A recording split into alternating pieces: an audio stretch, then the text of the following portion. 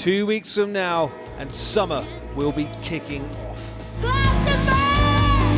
Glastonbury is back.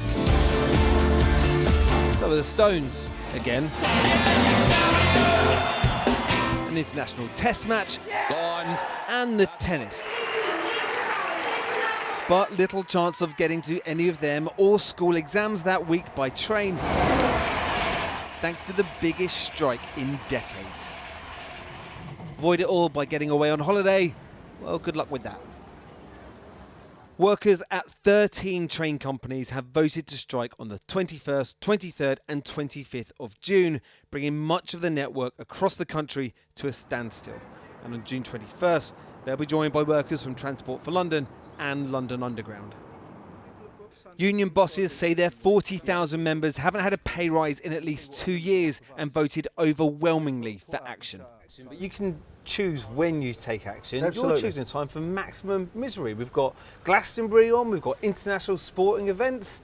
Well, look, you're holding the country to ransom, aren't you? Every day of the week there's something happening in the country, but when we put action on, we put it on to be effective. If we don't put it on, you're not going to have any government ministers paying any attention to it, are you? There's a lot of people, though, that will hear that and say, well, you're not looking out for everyone in the country here. You're just looking out for your own members. You don't care what misery you make us all sit through. We're standing up for the working class in this country who need a pay rise. And it's about time workers in other sectors joined us, because inflation is going through the roof. Wages have been falling for 30 years in this country, and it can't carry on. During the pandemic, the rail industry received £16 billion in subsidies. The government says any more money for workers isn't an issue for them, but the rail firms, the snag, they're making a lot less money than they used to. According to the government, there are 25% fewer tickets sold now than before the pandemic. COVID has changed the way many of us work and therefore many of our travel habits. Keeping the rail network as it is right now and hiking pay, the government say, simply isn't affordable. This is probably the first time I've commuted into London since January. Oh, really? And what about before the pandemic? Daily. I work in theatre and we are just rebuilding after the pandemic, and to have a strike like this is really devastating for the nighttime economy. How's that going to affect you? Might mean I just have to work from home a bit longer. To be honest, I support them. This summer, though, however you travel, there will be some pain. Today, petrol prices saw the biggest daily jump in 17 years, now averaging £1.80 a litre. British Airways staff are balloting right now over whether to strike. More possible pressure for air travel, already experiencing a summer of staff shortages, disruption and delays. More pressure too for the government. The rail strikes announced today plan for the week of two key by-elections. When it comes to travel chaos, have we heard any condemnation yet from the opposition, from the RMT and their reckless and wanton strike? What about that? Talks between the unions and rail firms are still ongoing, but contingency plans are also being drawn up. Contingencies for a summer of chaos in a year of a cost of living crisis. Well, a summer of industrial disruption will do little to help an economy that's already staggering under the weight of rising petrol, gas and food prices. Now the OECD is forecasting the UK will have the weakest economic growth among big industrial countries next year, with the exception of sanctions hit Russia.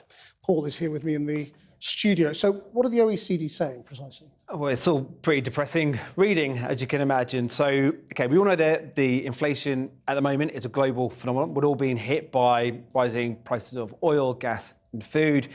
But the OECD is saying that we're going to be particularly badly hit. So they've done forecasts for the whole of the G20. So that's a group of countries, not just Europe and the USA, but other major economies like China and India.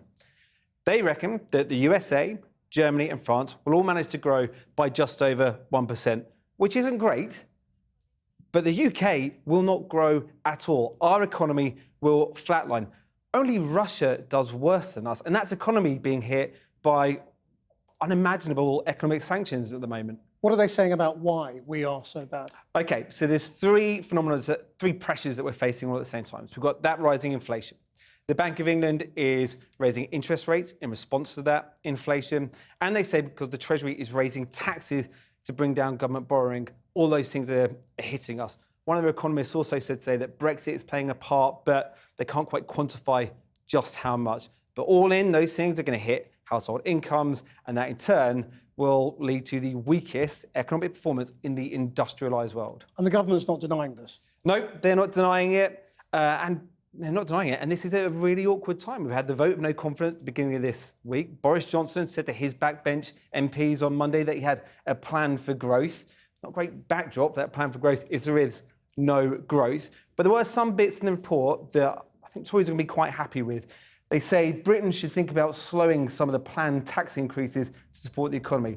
That's going to be music to the ears of a lot of Conservative MPs who have been saying to the government, get back to traditional Tory policies like cutting tax. Paul McNamara. Well, Gerard Lyons, Chief Economic Strategist at Net Wealth, was one of 4 economists invited recently in to brief the Prime Minister. He was economic advisor to Boris Johnson when he was Mayor of London. And Torsten Bell is Chief Executive of the Resolution Foundation and a former Director of Policy for the Labour Party and Treasury apparatchik. Well, Gerard Lyons, is tax cutting the answer? Well, good evening. Well, tax cutting is part of the answer. The reality is that the UK has faced this challenge since 2008, since the global financial crisis. And many of the challenges we face are similar to challenges faced across Western Europe and the Western world. But tax cuts are only part of the answer. Really, we need a 3-arrowed approach. One arrow where we have to get bullseye on is the whole supply side, boosting investment, innovation, infrastructure spending and getting the incentives right, particularly for small firms.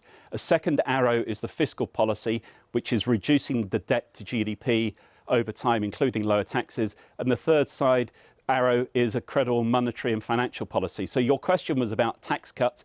I think tax cuts are needed because we face in the moment not only an inflation problem, but downside risks to the economy. But longer term, it's not just about tax cuts. It's about making the UK economy really fit for future growth and repositioning the UK in what is a changing but still a growing global economy. And I think we can do that, but it will take some time.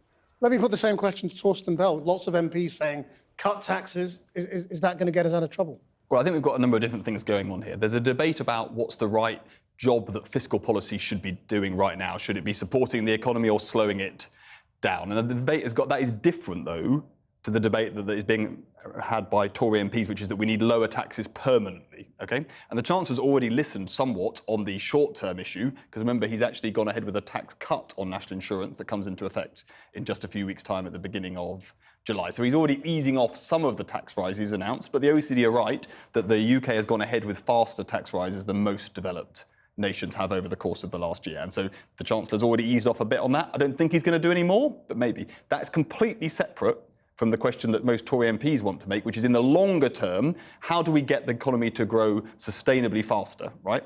And would a lower tax economy help that? And the answer is not much. Why not? Well, because the reason that taxes are higher in our country is partly because growth's lower. The causation is the other way around. This is a country that is seeing relative economic decline, has been seeing that now for over a decade, not just under this government, since the financial crisis, and that means that as we become an ageing society and the pressures of trying to maintain our public services in the face of that, then we will see the tax burden going up unless we see significantly stronger growth. And just saying, I wish we had lower taxes and that will get us growth, I'm afraid is missing all the international evidence, which doesn't show that lower taxes lead to a faster growth in general. They can in certain circumstances, but in general. And if you want to be a lower tax conservative, then spend less time calling for low taxes and more time working out why this is a country in relative economic decline.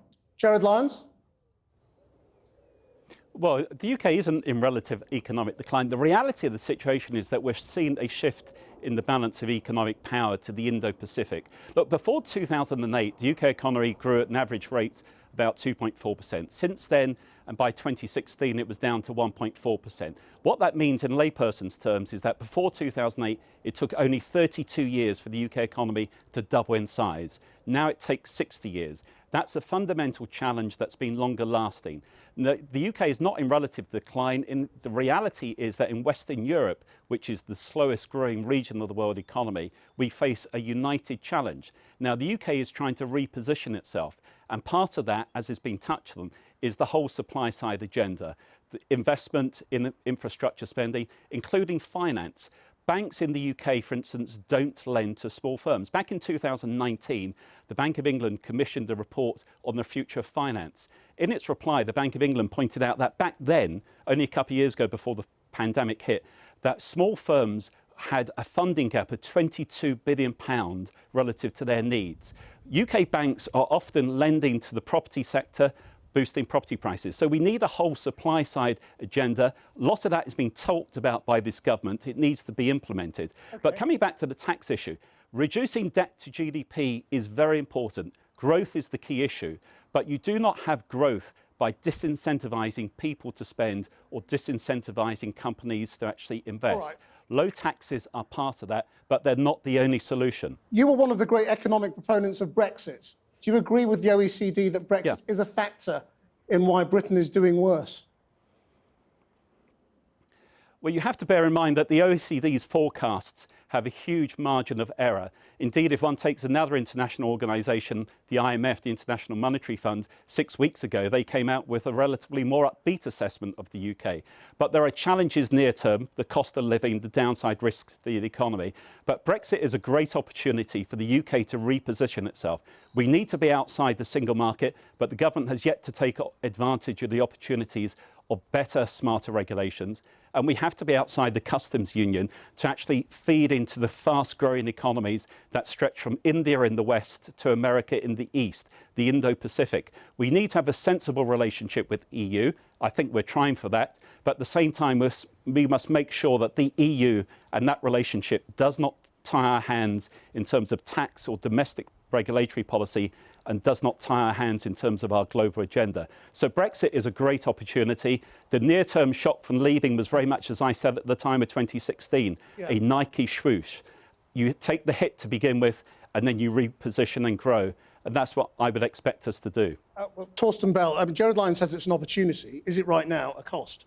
Well, I mean, look, I don't think anybody thinks that Brexit hasn't made us poorer. The question is, are there other things that make that worthwhile, whether it's to do with sovereignty or decision-making or better for your democracy or better for your ability to make decisions on some different areas. So those are reasonable debates to be had. But just to be clear, you are saying Brexit has made us poorer right now. Right, and that's why we are at the bottom. Let's have a look at the evidence. No, there's two different things. Brexit has definitely already made us poorer. People's wages and real incomes shrank after 2016 relative to what they would have already had. And if you look at what happened to firms' investment, it flatlined after 2016. Nobody thinks that doesn't, in the long run, feed through into lower output. But Brexit isn't the only thing that's driving growth to zero next year. As we say, these huge headwinds from rising gas prices, huge pressures on household living standards, some people in really difficult circumstances with their household budgets. That's the dominant factor driving the problem we have in the near term. But the bigger picture, stepping back, is if everyone just keeps saying there's lots of opportunities, it can all be okay, then we're ignoring the reality. British trade is underperforming, not just with the EU, but with the whole world, okay?